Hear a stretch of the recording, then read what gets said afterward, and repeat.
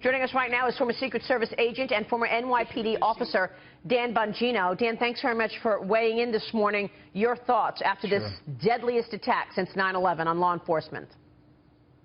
Well, Maria, this is obviously horrifying, and I think more horrifying when you look at the footage of the attack. You see things from my experience that are clearly military-style tactics, Maria. In that one just terrifying video of the law enforcement officer behind the pillar engaging one of the targets, watch what the target does. The target at one point, he moves directly, but it seems that he engages in some fire to distract the officer in one direction and then moves around the pillar in the other direction. These aren't the kind of tactics you learn playing a video game. These are the kind of things you train on and train on frequently. That was very frightening for me to see. So what are you saying then? Do you believe this is not related to the protest? Do you believe this is terrorism? Yeah, given my body of experience in uniformed law enforcement at the federal level with the Secret Service and counter-terror investigations, I would be really surprised if this had any connection to the protest whatsoever, other than the fact that it was a convenient target for a coagulation of law enforcement officers in one specific spot. I think that was the only relation. I would be stunned. And these kind of tactics they used, the way they targeted from a specific elevation, the ability to hit targets at a distance, these weren't close shots here.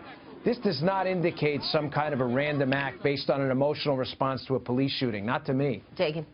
We didn't need to, obviously, to see this as a reminder that this is an extremely dangerous job, but how much more difficult has the job of a police officer become in the wake of Ferguson and Baltimore? You've seen a drop and a pullback in proactive police work, where, again, proactive police work, even in terms of the broken windows theory of Rudy Giuliani, of like you go after all crimes, even misdemeanors, to reduce criminal activity. But again, how much of a pullback has there been? A lot. Broken windows is dead, and I'm glad you brought that up. The idea of broken windows was if a subject jumps a turnstile, you stop that subject and you arrest that subject if he has a warrant. The person who jumps the turnstile is likely the person who's going to enter the train and commit a rape or a robbery. That wasn't the way it always was, Dagan. The way in the past we looked at it in law enforcement was, well, you know, you may want to let him go because you want to focus on the more serious crimes. That is the guy committing the more serious crimes. Now, why do I say broken windows is dead? Because the Ferguson effect is very real. Cops are now pulling up to the guy who jumped the turnstile. Everybody's thrusting a cell phone camera in their face. And the cop's saying, well, do I really need this right now? I'll wait until I'm asked for help. And I think that's what's causing the spike in crime in our inner cities. Just using Chicago as one example, you've seen a drop in investigative stops, a drop in the number of guns that were confiscated, and at the same time, you've seen murders and shootings increase in that one city. What should be done? Yeah, well, I think we need to seriously look at, one, the police culture in general and how we treat our cops.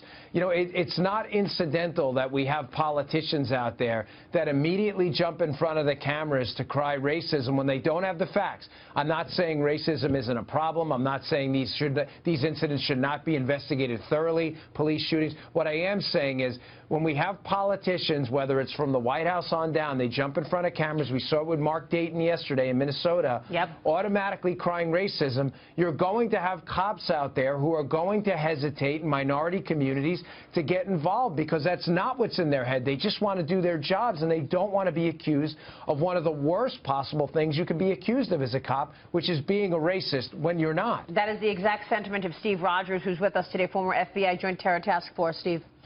Dan's absolutely right. And Dan, when you were speaking about their tactics, you remember Hollywood, California years ago, those gunmen coming out just at random killing, shooting all over the place?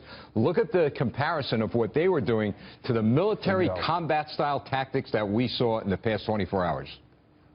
That is an excellent point. When you look at the L.A. bank robbery, what were they doing? They were engaging in suppressive fire. Suppressive fire is a military-style tactic where you fire a weapon while behind cover to get the other guy you're shooting at to get behind cover, and then when he moves, you then pounce on him and fire at him. You're absolutely right. These are not the kind of tactics you learn, playing Dungeons and Dragons in your video game. It doesn't work that way. This is a very serious development. Dan, thanks so much for your insights this morning. We appreciate it. You're very welcome. Dan Bongino there. Next.